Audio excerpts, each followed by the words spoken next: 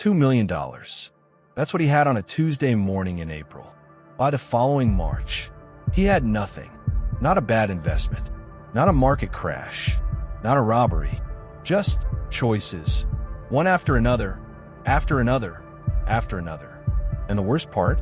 Every single one of them felt right at the time. His name doesn't matter. His story does. He grew up without much.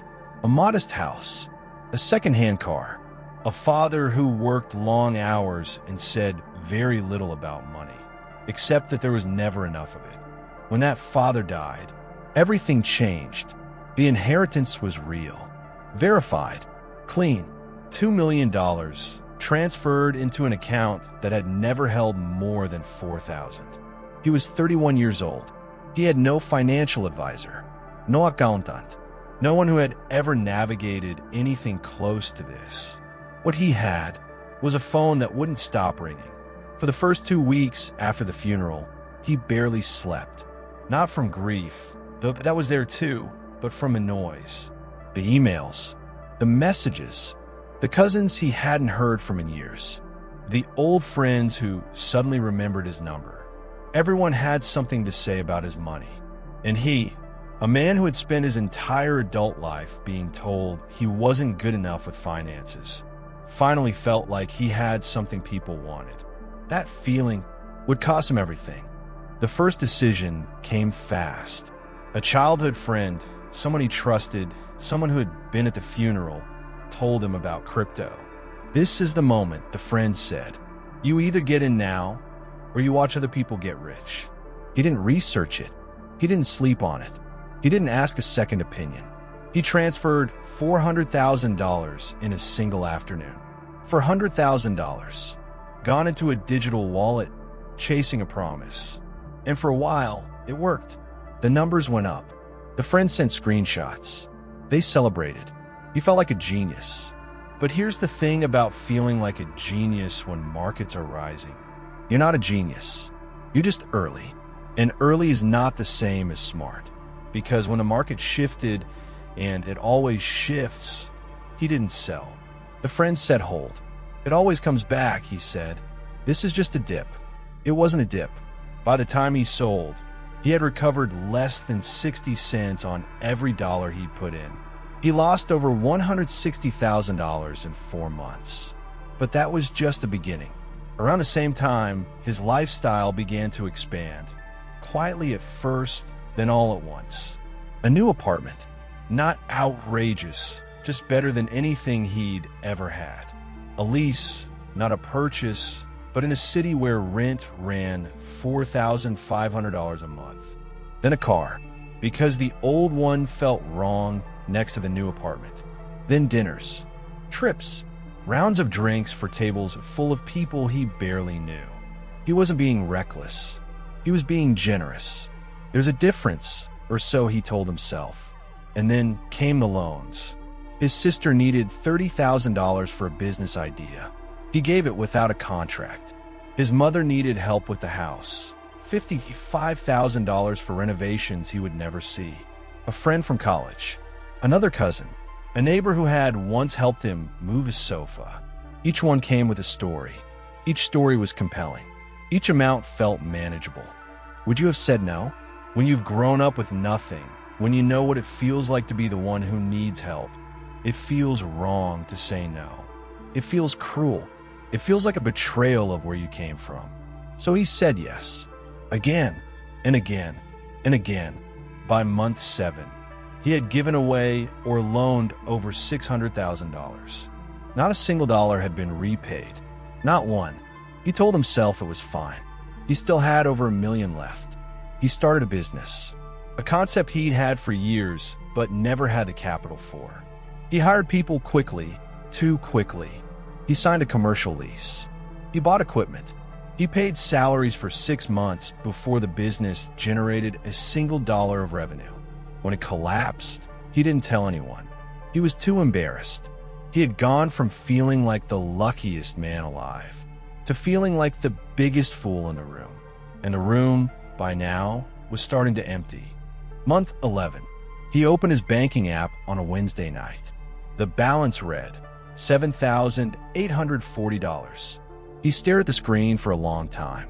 $7,840. $2 million. Inherited, real, documented. Reduced to less than $8,000 in less than a year. He called a friend who had advised the crypto investment. No answer. He messaged his sister about the loan. She left him on read.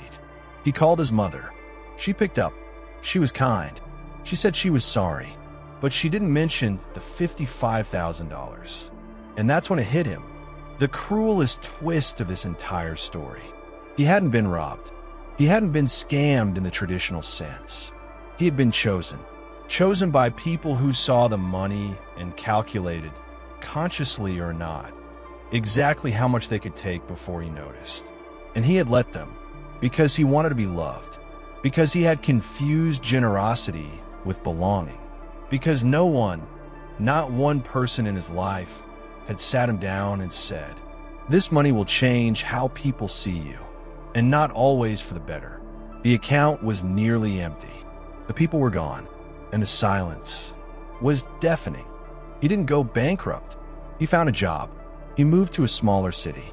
He reached out to a non-profit financial counselor, free of charge, who helped him build a basic budget for the first time in his life. He didn't recover the money. He never would. The friend never called back. The cousin sent a message 2 months later asking for another loan. He didn't reply. His sister eventually apologized, not for the money, but for how things turned out. He accepted it. They still talk. The $30,000 is never mentioned. He is not destroyed. He is not broken, but he is different, quieter, more careful, more aware of the distance between a person who wants to know you and a person who wants to know your balance. What happened here wasn't unusual. Studies on sudden wealth, lottery winners, inheritance recipients, settlement payouts show the same patterns repeating across demographics, countries, and decades. Sudden money doesn't change your life. It amplifies it. If you have strong financial habits, strong boundaries, strong relationships, money accelerates all of that. But if you've never learned to say no, if you've never had to protect something precious, if you've grown up equating love with sacrifice, then sudden wealth becomes a mirror. And sometimes what it reflects is painful to see. 3 lessons, simple ones, hard to follow. Lesson 1, do nothing for 90 days. When you receive a large sum of money, inheritance, settlement, bonus, windfall, do not make a single major financial decision for 90 days. Park it in a high-yield savings account. Breathe. Let the noise settle. The opportunities that disappear in 90 days were never real opportunities. Lesson 2, a loan to a family member is a gift you haven't admitted yet. If you cannot afford to give it away permanently, do not lend it. No contract protects a relationship that turns toxic when money enters it. Decide up front, is this a gift or a loan? If it's a loan and they don't repay it, are you prepared to lose both the money and the relationship? If the answer is no, keep your wallet closed. Lesson 3, wealth requires a team, not a friend with a tip, a fee-only financial advisor, a tax accountant, a basic estate attorney.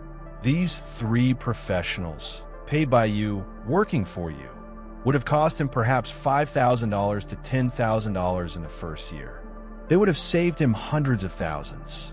The most expensive advice in the world is the free kind. If $2 million landed in your account tomorrow, who in your life would you suddenly hear from? Think carefully before you answer. Leave in the comments. Every week, a new story about real money, real decisions, and what they cost. The kind of stories no one tells you until it's too late. If that matters to you, you know what to do.